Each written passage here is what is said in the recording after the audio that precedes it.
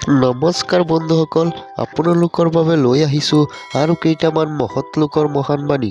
গতিকে পলম নকৰাকৈ বলক ভিডিঅ'টো আৰম্ভ কৰোঁ।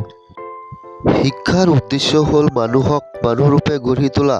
মানুহৰ পৰিচয় প্ৰকাশত শিক্ষাৰ অৱদান তুলনাবিহীন, ৰাজা ৰামমোহন ৰায়ে কৈছিল। স্কুল মোৰ মন্দিৰ, পঢ়াই মোৰ লক্ষ্য, শিক্ষক মোৰ ভগৱান, কিতাপেই মোৰ বন্ধু, মহাত্মা গান্ধীয়ে কৈছিল। চৰিত্ৰ গঠন কৰাই হ'ল শিক্ষাৰ উদ্দেশ্য, হাৰ্সলিয়ে কৈছিল। জীৱনলৈ অহা সৰু সুৰা সুবিধাৰে সুখী হ'বলৈ চেষ্টা কৰিব লাগে, বেঞ্জামিন ফ্ৰেংকলিনে কৈছিল। জীৱনৰ সমস্ত কলাৰে শ্ৰেষ্ঠ কলা হৈছে ভালদৰে জীয়াই থাকিব জনাটো, মহাত্মা গান্ধীয়ে কৈছিল। জ্ঞানতকৈ পবিত্ৰ বস্তু এই জগতত একো নাই, আনন্দ চন্দ্ৰ আগৰৱালাই কৈছিল।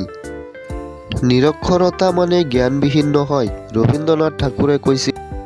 মহৎ মনবোৰে নতুন ধাৰণাৰ কথা পাতে, মজলীয়া মনবোৰে ইভেণ্টৰ কথা পাতে আৰু সৰু মনবোৰে পাতে মানুহৰ কথা, এলেনোৰ ৰুজভেল্টে কৈছিল।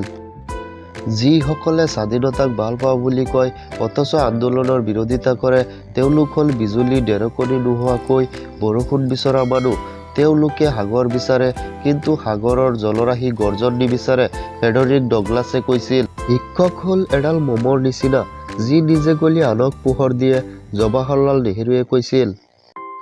শিক্ষকসকল হ'ল ৰাষ্ট্ৰৰ মান আৰু আমাৰ প্ৰকৃত খনিকৰ, জৰ্জ ৱাশ্বিংটনে কৈছিল। শিক্ষা জাতিৰ মেৰুদণ্ড, এই মেৰুদণ্ড ভাঙিলে জাতিৰ উন্নতিৰ সকলো পথেই অৱৰুদ্ধ হয়, ৰাজা ৰামমোহন ৰায়ে কৈছিল। সত্য সদায় নিৰাপদ, সত্যৰ বাহিৰে একোৱেই নিৰাপদ নহয়। যি মানুহে সমাজৰ আন লোকৰ পৰা সত্য গোপন কৰে, তেওঁলোক হয় কাপুৰুষ, নহয় অপৰাধী বা দুয়োটাই, মেক্স মুলাৰে কৈছিল। সত্যৰ বাবে বন্দী জীৱনৰ কঠোৰ নিয়ম মানি চলিব লগা হ'লেও আমি মুকলি চৰাইৰ দৰেই সুখী হ'ব লাগিব, মহাত্মা গান্ধীয়ে কৈছিল।